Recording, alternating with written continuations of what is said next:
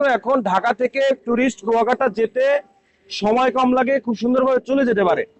তাহলে সেখানে আপনি ভাঙা থেকে কুয়াকাটা পর্যন্ত 6 লাইন সড়ক যদি না থাকে, এটার কারণে আপনি দেখেন যে ভাঙা পর্যন্ত গিয়ে 2 লাইন, এই 2 লাইন দিয়েই বরিশাল অঞ্চলে মানুষ যাতায়াত করে, আবার টুরিস্ট যাতায়াত করে।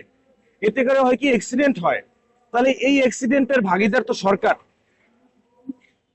ভাই আমার কথা ভুল হলে বললেন। এবং আপনি কুয়াকাটা পর্যন্ত 6 লাইন করবেন না, টুরিস্টের জন্য করবেন না, আপনি অবহেলা করলেন, ওকে ফাইন। আপনার গায়ে জোর শক্তি আছে, যুক্তিতর্ক আছে, বিধান আছে, সংবিধান আছে, আপনি অবহেলা করতেই পারেন বরিশালকে টুরিস্টদের জন্য। আপনি হাজারো কোটি টাকা পায়রা বন্দরের জন্য ইনভেস্ট করলেন, এখনো কাজ চলমান।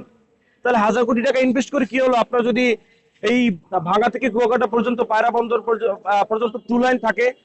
সেই জন্য কিন্তু আমাদের শুরুতেই বলা হয়েছে, দাবির শুরুতে, যে ভাঙা কুয়াকাটা 6 লাইন সড়ক, কক্সবাজারে বিমানবন্দর আছে, সেখানে টুরিস্ট যায়।